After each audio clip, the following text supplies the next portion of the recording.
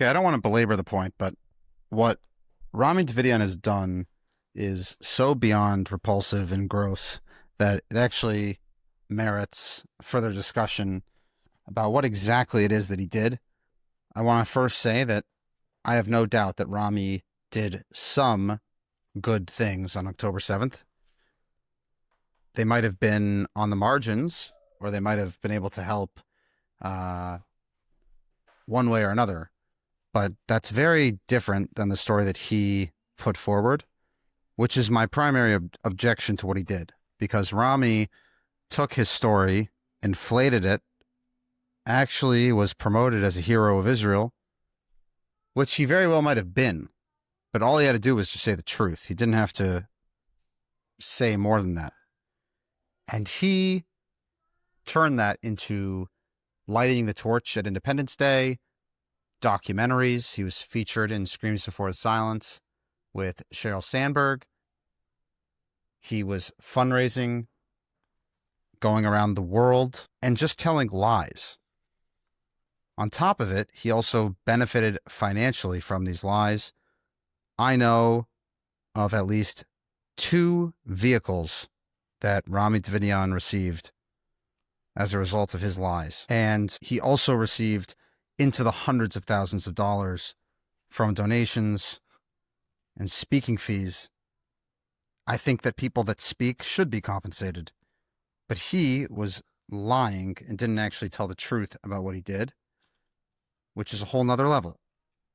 And there's a big threat here, which is that as the stories of October 7th are etched into the history books, we need to ensure that they're accurate, because people that hate Jews, people that hate Israel, are looking for anything they possibly can do to undermine these stories. And Rami gave them tons of fuel for this fire.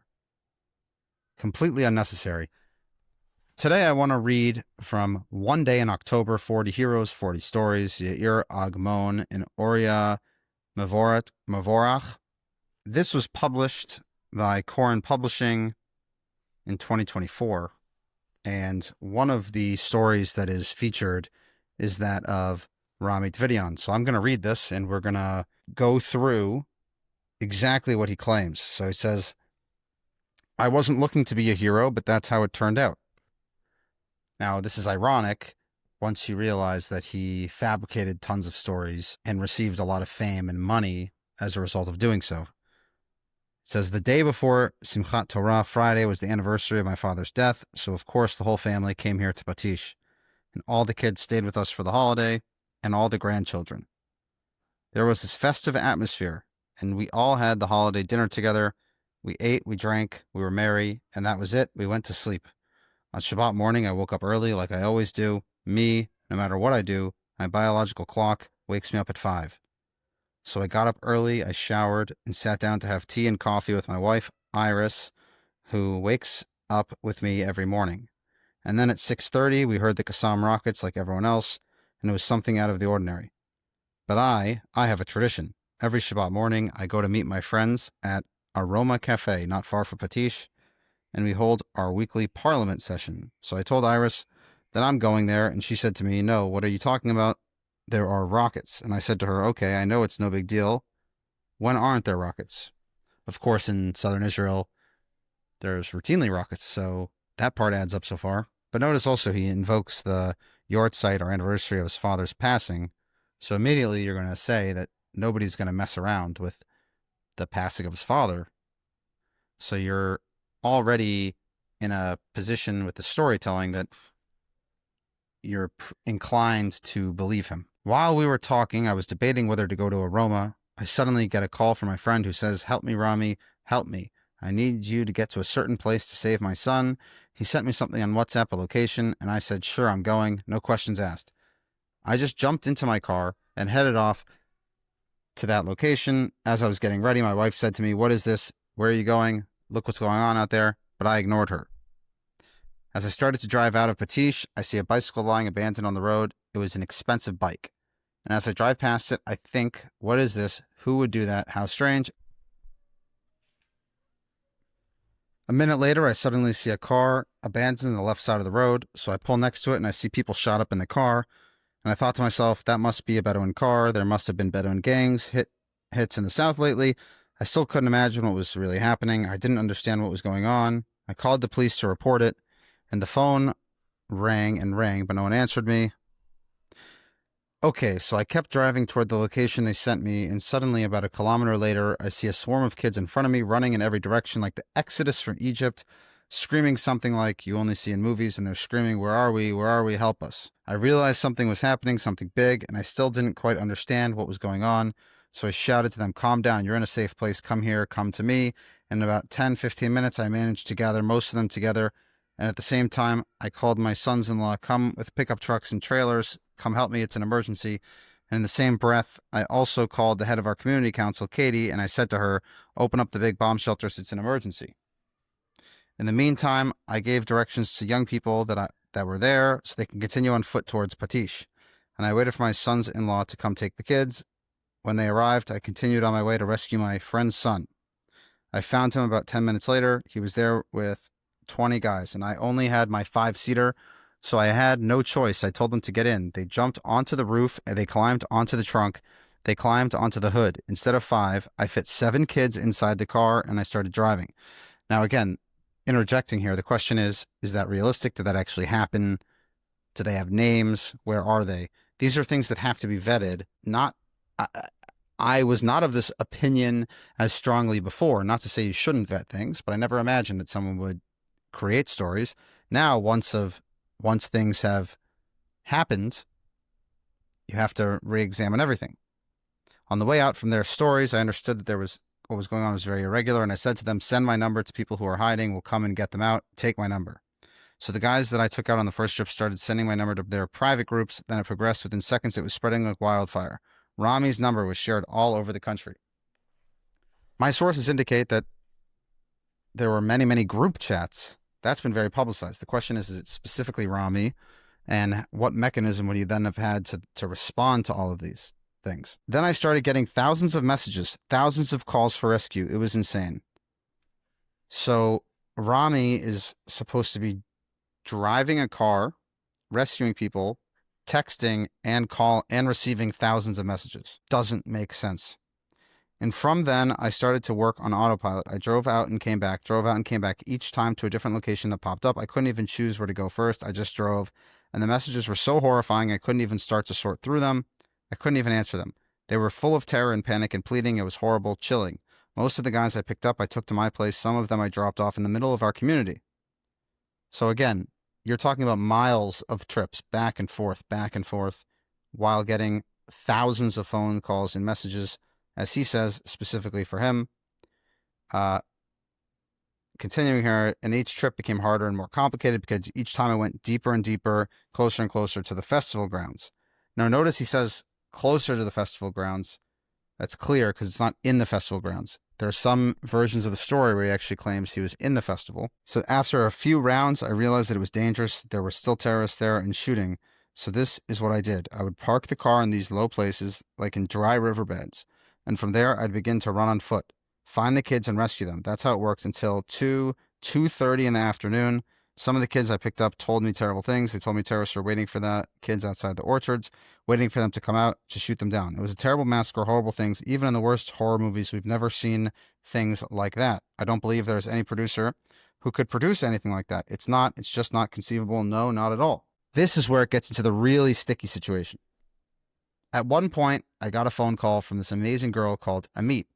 The first time she called me on WhatsApp, she was still full of energy. Her voice was strong, but with each new message, I felt like she was slipping away. I was losing her. By the time I reached the location she sent me, her voice had become really faint, and I didn't get why. And only when I found her did I get it. There were six armed Palestinians with her. They were holding her there, and I saw her and thought to myself, what do I do now? What do I do?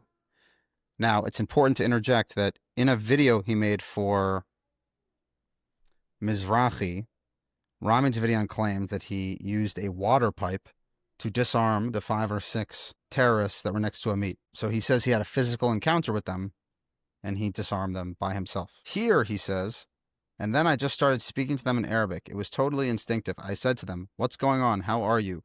What are you doing here? My name is Abu Rami, and I'm from Patish, from Rahat. I'm Muslim like you." And I started negotiating with them, friendly like, and then at some point I said to them, "We're all in danger here because the soldiers are going to show up any minute now. So listen to me. I know the area a little. Give me the girl. You run in this direction. I'll run in that direction. And then maybe we'll meet up somewhere. Run as far as you can."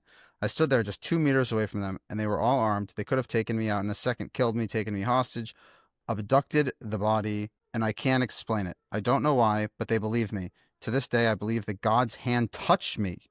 It touched me in many situations and in many places because they believed and gave her over to me, Amit. And minutes later, she was in my car and we drove out of there. I did everything on autopilot. I was on autopilot. So why would he mention that he smacked them over the head with a water pipe? Doesn't make sense. As I continue, this is where it gets really crazy. It says, "Oh, I'd left my house at 6:45 in the morning, and I kept going. We kept going until middle of the night. I had a lot of rescues there, and the whole time there were messages and phone calls and people pleading. That was the hardest, the phone calls. I felt like every one of those calls was from my own children." So he's able to keep thousands of phone calls going while also driving. "Where are you? I'm begging you. When are you coming? And I have to go to her. I have no choice. There's no other option." At first, I drove my own car, a Toyota Corolla. But soon after that, I switched. I wanted a more massive car, one that could maneuver. So I took my son-in-law's car. By the end of the night, both cars were full of bullet holes. Looking back, I realized that it was a miracle. I get it now. But at the time, I was on autopilot. I've confirmed with multiple sources that there were no cars full of bullet holes.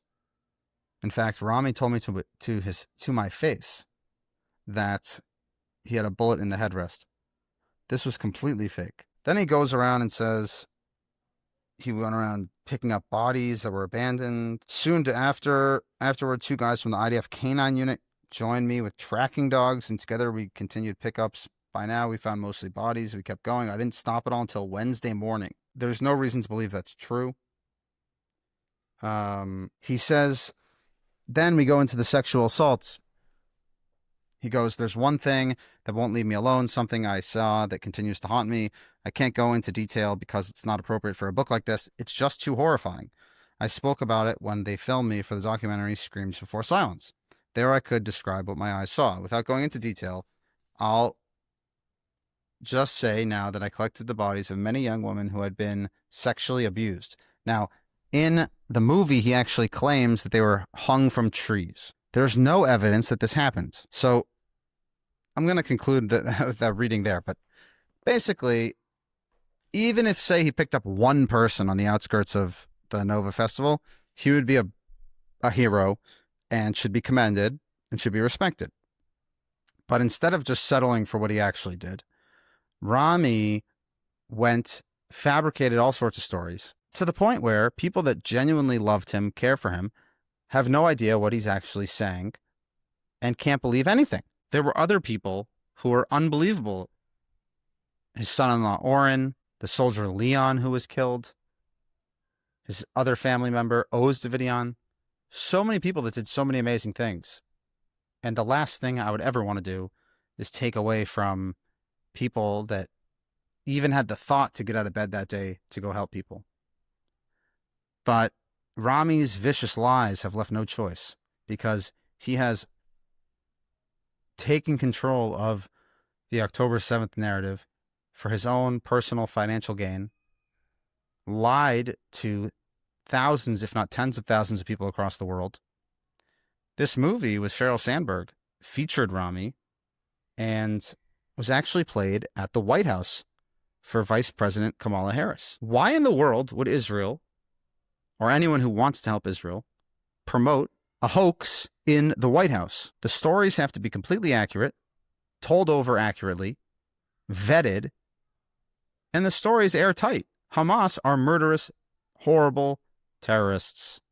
They are the scum of the earth. I am not sure why anyone would tolerate any sort of fabrication when it comes to October 7th. It only creates holes in the story. And there are other fabrications which I'll deal with at a different time. If people want to send in requests, I'll be more than happy to address them and look into them.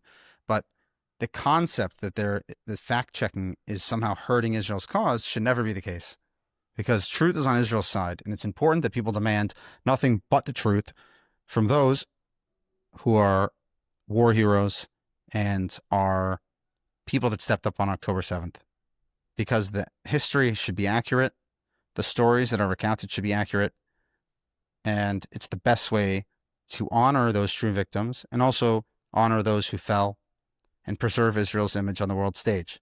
The last thing we need are fabricators going around inventing stories. It does a huge disservice to Israel and a huge disservice to the Jewish people.